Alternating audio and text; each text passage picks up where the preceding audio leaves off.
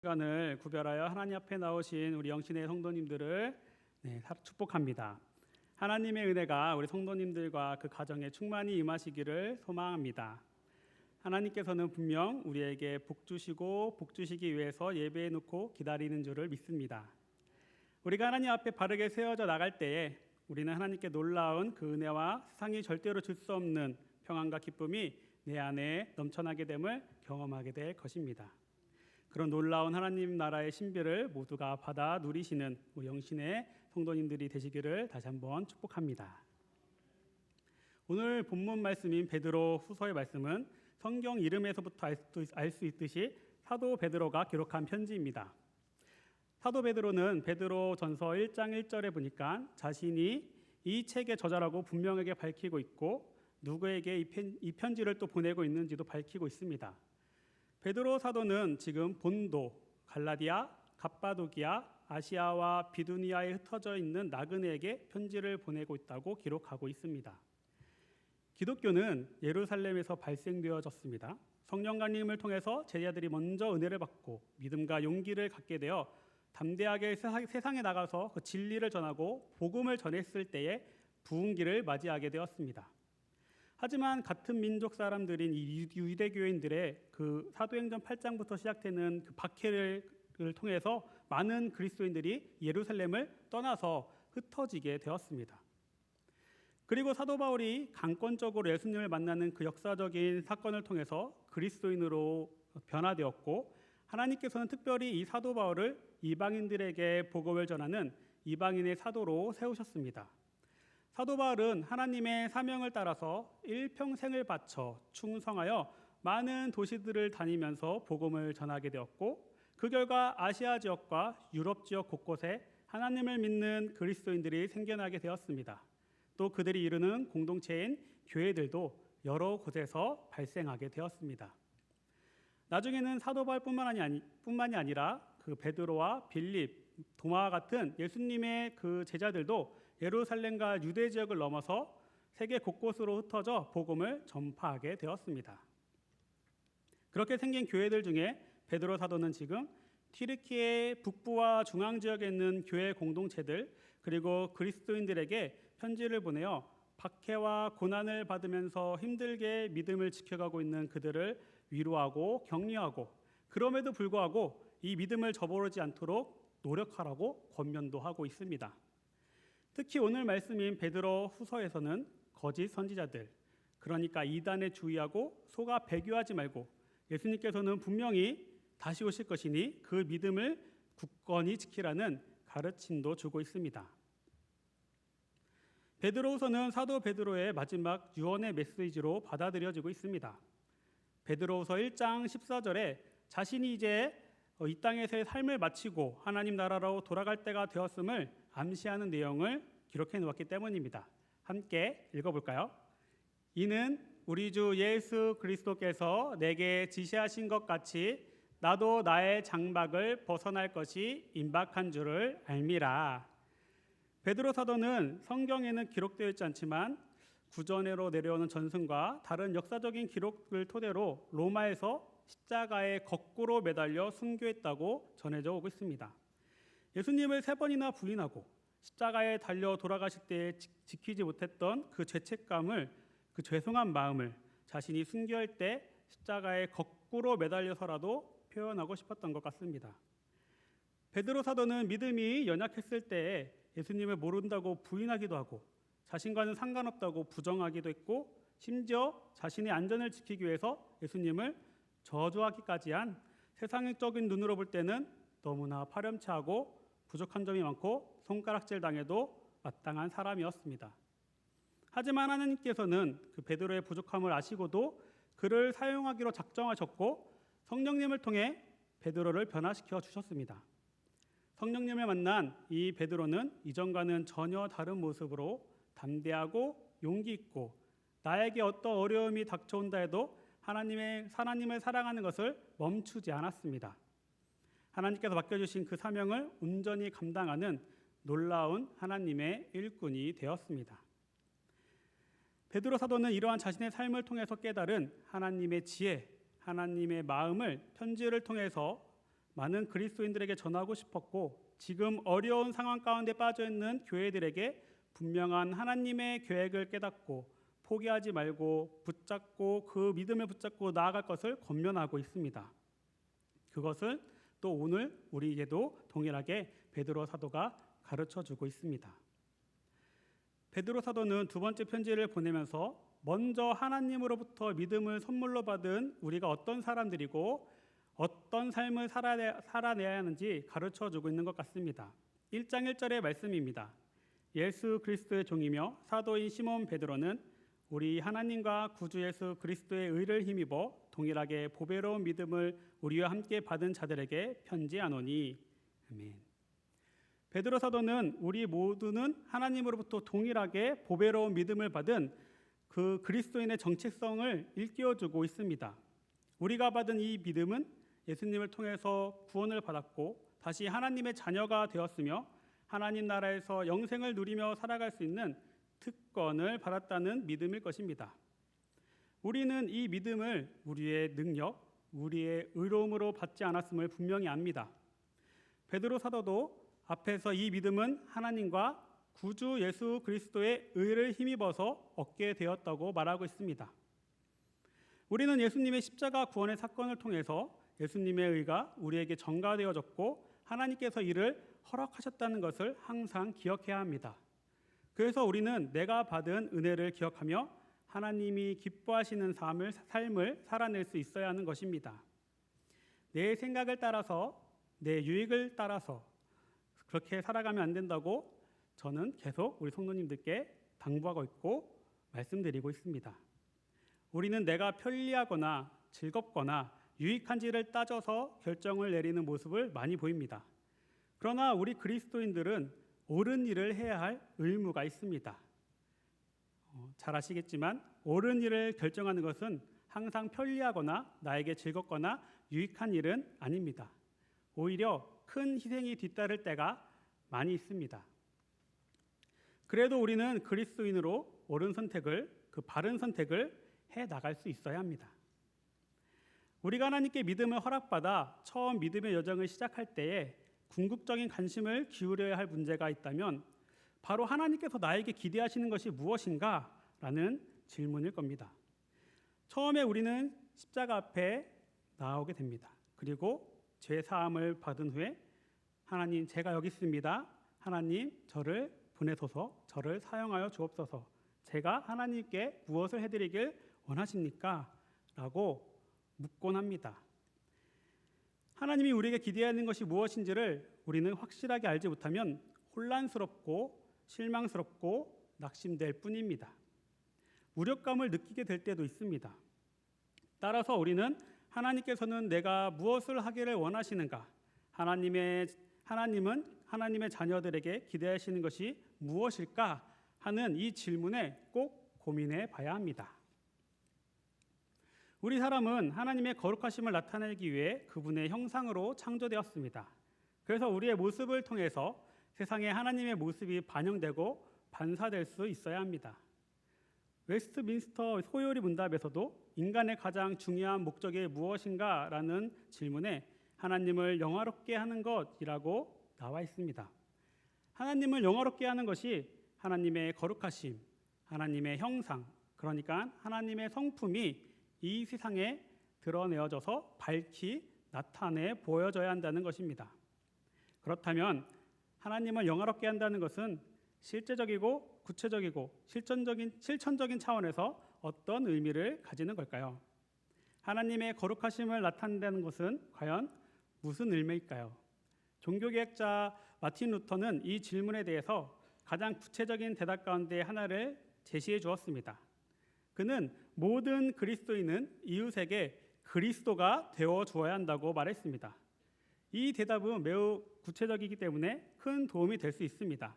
하지만 자칫 잘못 이해하면 대단히 큰 오류를 범할 수도 있습니다.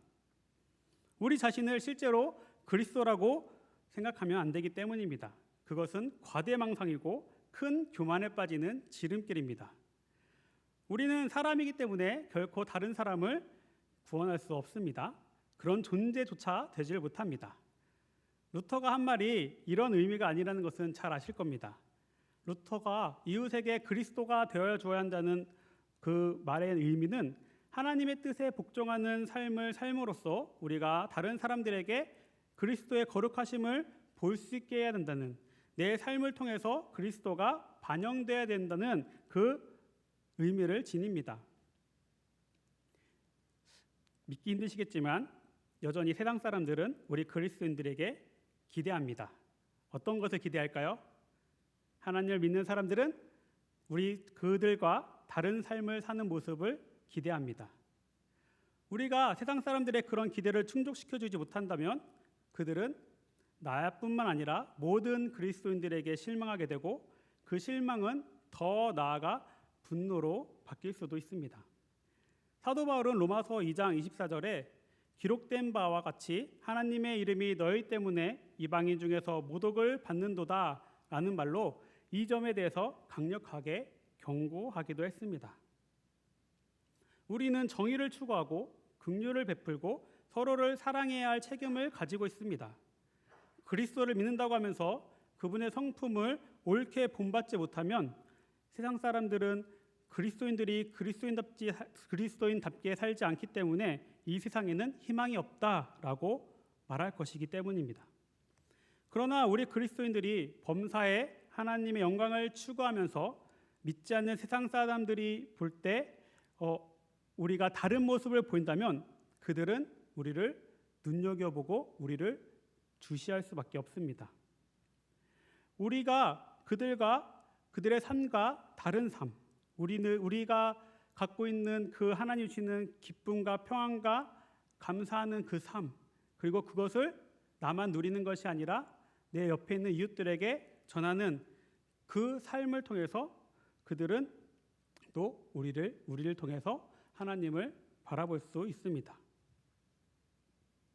그래서 베드로 사도는 2절과 3절에 이렇게 말하고 있습니다. 하나님과 우리 주 예수를 알므로 은혜와 평강이 너희에게 더욱 많을지어다. 그의 신기한 능력으로 생명과 경건에 속한 모든 것을 우리에게 주셨으니 이는 자기의 영광과 덕으로서 우리를 부르신 이를 알므로 말미암음이라. 아멘.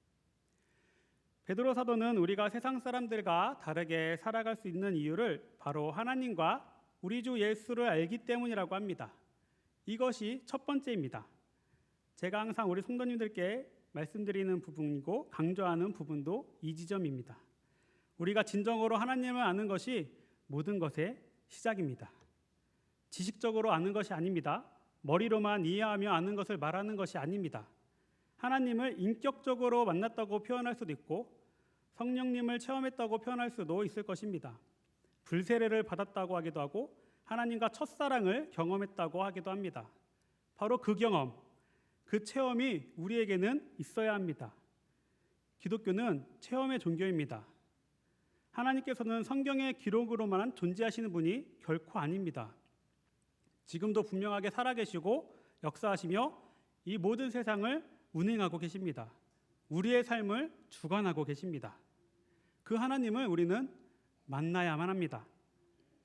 야다의 하나님, 내가 손으로 직접 만져서 확인하는 경험을 통해서 살아계신 하나님을 만나는 그 역사가 내 삶 가운데 일어나야 합니다.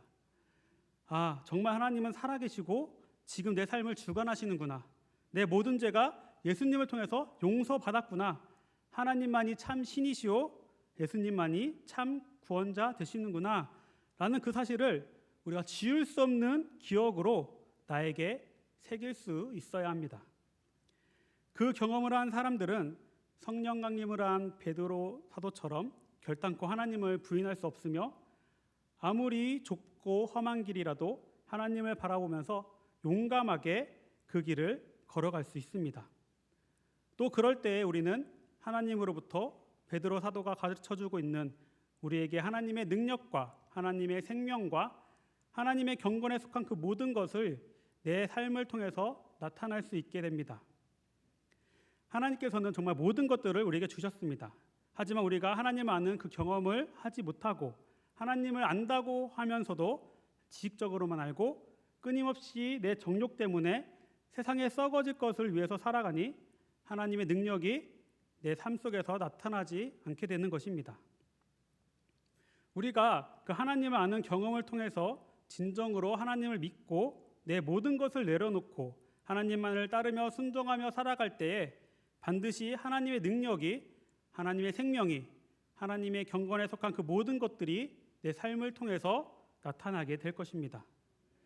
나는 죽고 내 안에 하나님만이 나타나게 되는 것입니다. 그렇게 우리는 하나님께 받은 능력들을 가지고 하나님의 성품에 참여해야 한다고 베드로 사도는 가르쳐주고 있습니다. 4절의 말씀입니다. 함께 읽어보면 좋겠습니다. 이로써 그 부드럽고 지극히 큰 약속을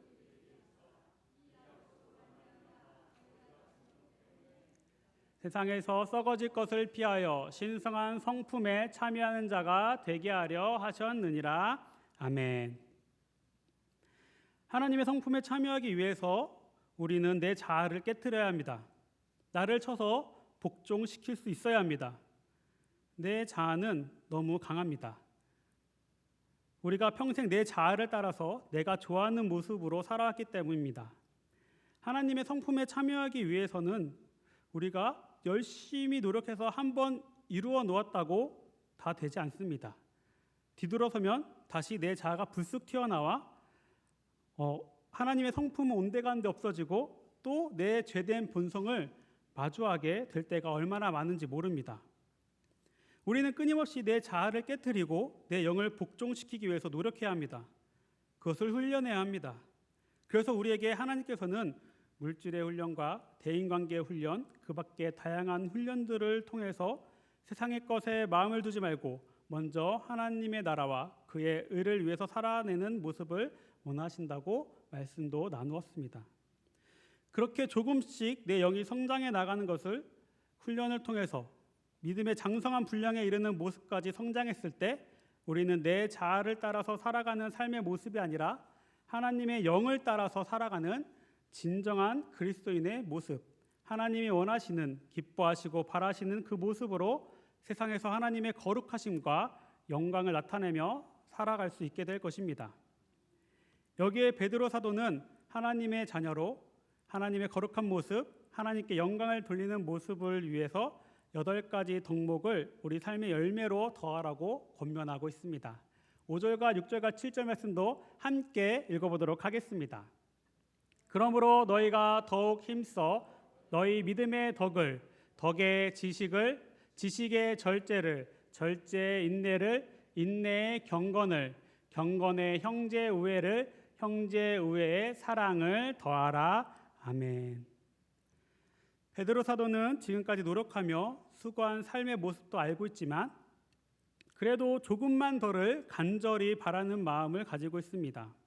더욱 힘써 포기하지 말고 믿음을 굳건히 다져가라고 독려하고 있습니다. 열심을 내라는 표현입니다. 그리고 구체적인 모습도 알려줍니다. 제일 먼저 믿음입니다. 그런데 믿음에다가 계속해서 무언가를 더해가야 한다고 합니다. 덕과 지식과 절제와 인내와 경건과 형제 우애와 사랑을 더하라고 합니다. 그러니까 믿음만 가지고서는 안 된다는 것입니다. 이 말은 믿음만으로는 구원을 받지 못한다는 뜻이 아닙니다. 단지 믿는 것을 성도의 삶의 전부라고 생각하는 그 믿음 만능주의에는 안 된다는 것입니다. 나는 하나님을 믿어. 예수님이 십자가에서 죽으신 것도 믿어. 단지 이 믿음이 전부라고 생각하고 더 이상 앞으로 나아가지도 못하는 그 성도들의 위험을 지적하는 것입니다. 그래서 우리는 이 믿음에서 그치지 말고 그 다음 덕으로 내 영이 성장하고 성숙할 수 있도록 노력해야 합니다. 덕은 마음을 닦아서 얻는 좋은 인격과 삶의 태도를 말합니다. 일반 사람들도 이 덕을 추구하는 것을 중요하게 생각합니다. 베드로 사도가 말하는 덕은 그런데 일반 사람들이 생각하는 그런 덕목이 아닙니다. 예수님이 갖고 계신 덕을 기준으로 하는 것입니다. 예수님을 생각해 보면 떠오르는 그 덕스러운 모습들이 있습니다. 정직하고 진실된 행동, 무한한 자비, 깨끗하심, 차별이 없는 사랑, 거짓되지 않은 겸손 등등 이러한 덕성입니다. 이런 덕을 믿음에 덧입도록 우리는 훈련을 해야 하는 것입니다. 우리 그리스도인들이 이런 덕목에서 약점을 보이는 순간 세상 사람들은 이구동성으로 우리를 비방할 것입니다. 세상적인 도덕 기준에도 미치지 못하는 그 생활 태도는 우리에게 수치로 다가올 뿐입니다. 우리가 믿는 하나님을 거짓되게 만들 수 있습니다. 우리는 반드시 과거의 습관을 버리고 예수님의 성품에 덧입도록 스스로를 살피며 우리 자신을 훈련해 나가야 할 것입니다. 다음에 덕에 지식을 더하라고 합니다. 구원받는 복음의 지식도 점점 더 확실하게 보강되어야 합니다. 그리고 신앙생활의 경험을 통해 하나님을 알아가는 이 지식도 더해져야 합니다. 성경을 잘 배우고 성경에서 배운 그 하나님을 우리 실제 생활에서 존중하고 따를 때에 우리가 알지 못하는 사이 하나님에 대한 그 지식은 나에게 굳건한 믿음으로 더해질 것입니다. 어제보다 오늘 하나님을 아는 지식이 점점 더해지고 있음을 스스로가 인정할 수 있도록 우리가 노력해야 합니다. 그 다음 절제를 더해야 합니다. 바울 사도는 성도들의 승리를 위해 운동선수에 비유하기도 했습니다. 승자가 되기 위해서는 절제를 해야 합니다. 운동선수들이 경기에 승리하기 위해서 하고 싶은 것, 먹고 싶은 것, 원하는 것들을 포기하면서 최선을 다해 노력하며 준비합니다. 우리는 세상 사람들과 똑같은 시간을 받았지만 해야 할 일이 더 많습니다. 세상에서 다른 사람들처럼 살아가려면 공부도 해야 되고 일도 하며 살아야 하고 그들과 다르게 또 하나님이 주신 사명을 위해서도 살아가야 합니다. 그뿐만 아니죠. 오늘 말씀처럼 우리를 쳐서 복종시키는 훈련까지 하려면 어쩔 수 없이 절제해야 하는 부분들이 생깁니다. 우리가 생활을 해야 하니 직장 생활이나 나에게 꼭 맡겨진 일을 줄일 수는 없을 것입니다. 그러니 내가 즐거워하는 그 일들을 절제할 수밖에 없습니다. 나에게 즐거움을 주는 일들은 사실 일시적이고 정욕적이고 세상에서 썩어질 것들입니다. 취미 생활도 제대로 못하고 절제하며 사는 그 재미없는 신앙이라고 생각하지 말기를 바랍니다. 베드로 사도가 먼저 지식이고 그 다음에 절제를 더하라고 한 것은 하나님을 알아갈수록 저절로 절제해야 할 필요성을 깨닫고 절제할 것들을 골라낼 수 있게 된다는 의미이기도 합니다. 다만 그것을 깨닫게 될 때 생각으로만 멈추지 말고 실제로 삶으로 적용하면서 실천할 수 있어야 하는 것입니다. 다음은 절제에 인내를 더해야 합니다. 성도들의 삶을 한마디로 말하면 인내하는 삶입니다. 예수님을 믿는 우리에겐 계속해서 어려운 일들이 닥칩니다. 믿음대로 되고 입으로 선포한 대로 되는 그런 신앙은 마술 같은 이야기지 현실적이지 않습니다. 성경 어디에도 그런 신앙을 가르친 적이 없습니다. 신약 성경을 보면 오히려 성도들이 더 많은 박해를 받고 인내하기도 합니다. 우리가 믿음의 덕을 더하고 절제를 더하며 하나님을 섬긴다 해도 여전히 내 삶에 어려움이 찾아올 수 있습니다.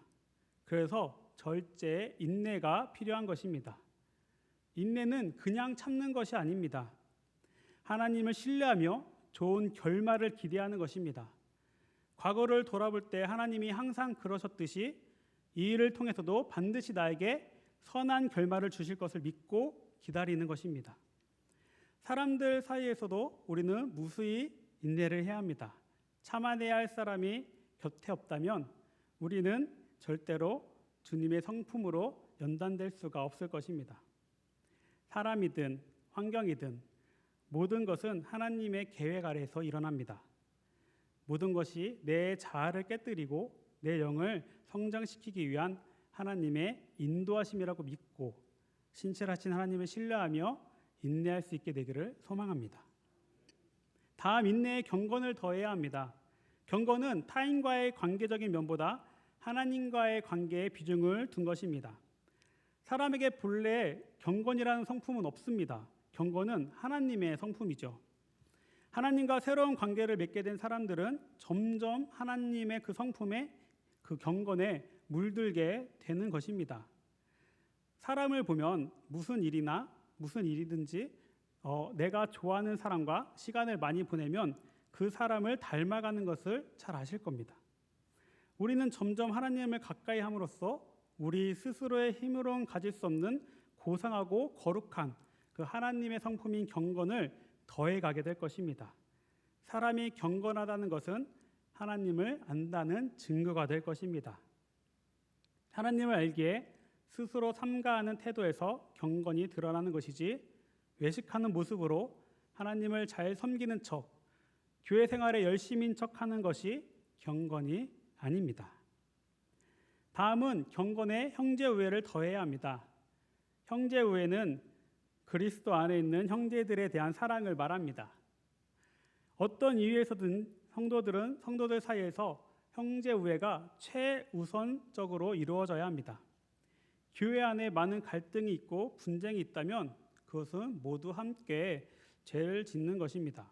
어떤 상황이든 진리를 주장한다고 미움과 분쟁이 생긴다면 그것은 모두 잘못된 일입니다. 교회 안에서나 가족 간에 갈등이 왜 생깁니까? 다 자신이 옳다고 생각하는 것, 그 진리를 지키겠다고 이야기하기 때문입니다. 하지만 그 진리를 지키되 방법은 항상 사랑이어야 됩니다. 형제 우애는 저절로 되는 것이 아니기 때문에 우리가 힘써 더해야 하는 것임을 잘 기억하시고, 감정이 아닌 믿음과 의지로 우리 형제들을 사랑하는 실천을 할 수 있게 되기를 바랍니다.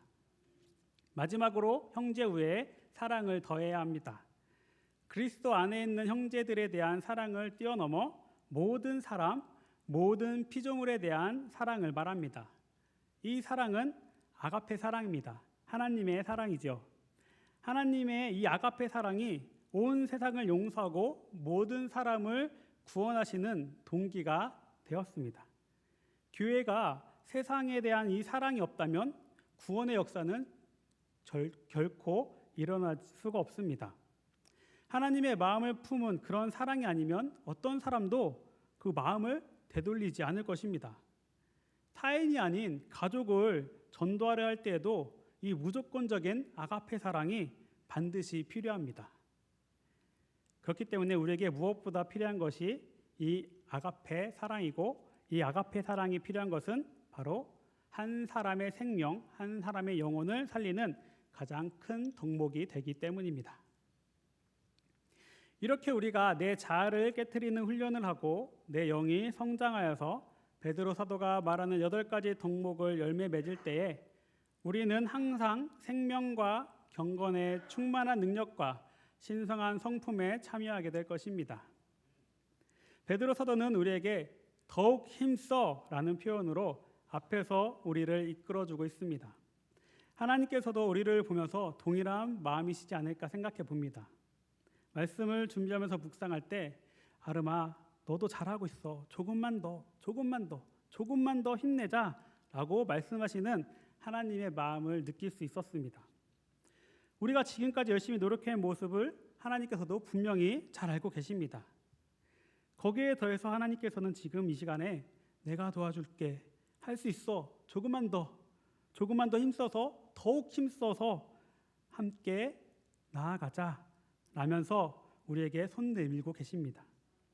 우리는 그 음성에 아멘으로 화답하며 하나님의 손을 잡고 나아갈 수 있게 되기를 소망합니다. 내 자아를 깨뜨리고 영을 성장시켜서 베드로 사도가 말하는 그 8가지 열매를 삶의 열매로 맺고 하나님의 거룩함과 영광을 나타내며 살아갈 수 있게 되기를 소망합니다. 세상 사람들은 우리 그리스도인들이 자신들과 다른 모습으로 하나님의 영광을 위해서 살아가는 모습을 볼 때에 우리를 눈여겨본다고 하였습니다. 하나님의 영광을 위해서 살아가는 것, 그것은 우리 그리스도인들이 믿음을 가졌을 때 꼭 해봐야 하는 고민, 하나님께서 나에게 원하시는 것이 무엇인가, 하나님이 하나님의 자녀들에게 기대하는 것이 무엇인가에 대한 고민의 대답이 될 것입니다. 그렇다면 우리가 하나님의 영광을 위해서 살아가는 것은 하나님께서 주신 모든 능력으로 내 정욕을 피하고 세상에서 썩어 없어질 것을 피하고 하나님의 성품에 참여하여 우리를 통해서 하나님을 세상에 반사하며 하나님 나라를 이루며 살아가는 그 삶이 될 것입니다. 그런 모습을 베드로 사도도 기대하는 것이고, 반대로 그렇게 살아가지 못하는 그리스도인들을 맹인처럼 보지 못하여 나의 옛 죄가 깨끗하게 된 것조차 잊어버리는 어리석은 잘못을 저지르고 있다고 안타까워하고 있습니다. 왜 안타까워할까요? 그들은 복음을 받아들였지만 다시 멸망의 길로, 죄의 길로, 영원한 고통과 절망 가운데로 빠질 수밖에 없는 그 지옥의 길로 돌아갔기 때문입니다. 그래서 베드로 사도는 마지막 10절과 11절의 말씀에서 어렵고 힘든 고난의 상황에서도 우리에게 소망이 있음을 가르쳐주고 있습니다. 우리 마지막으로 함께 한번 읽어보도록 하겠습니다. 그러므로 형제들아 더욱 힘써 너희 부르심과 택하심을 굳게 하라. 너희가 이것을 행한즉 언제든지 실족하지 아니하리라. 이같이 하면 우리 주 곧 구주 예수 그리스도의 영원한 나라에 들어감을 넉넉히 너희에게 주시리라. 아멘. 우리가 더욱 힘써 하나님의 거룩함을 나타내며 하나님의 영광을 위해서 기뻐하시는 삶을 살아가려고 노력한다면 하나님께서는 우리를 도와주시고 붙들어 주셔서 절대로 실족하는 일 없이 하나님 나라에 들어가는 복과 은혜를 주시겠다고 약속하셨습니다. 하나님 나라에 들어가는 은혜만이 아닐 겁니다. 내 자아가 깨어지고 내 영이 성장하여 하나님께 온전히 순종하면 하나님이 기뻐하시는 열매 맺는 삶을 살아가는 하나님의 자녀들에게 하나님께서는 분명하게 선하게 인도하시고 의로운 길로 인도하셔서 기쁨과 평안을 누리는 복된 삶을 살아가게 해주실 것을 믿어 의심치 않습니다. 저와 우리 영신의 모든 성도님들은 함께 더욱 힘써 하나님의 거룩함과 영광을 위해 살아가는 하나님 나라의 백성, 거룩한 자녀들이 되시기를 소원하고 축복합니다. 함께 기도하도록 하겠습니다. 하나님 사랑합니다. 하나님 감사합니다.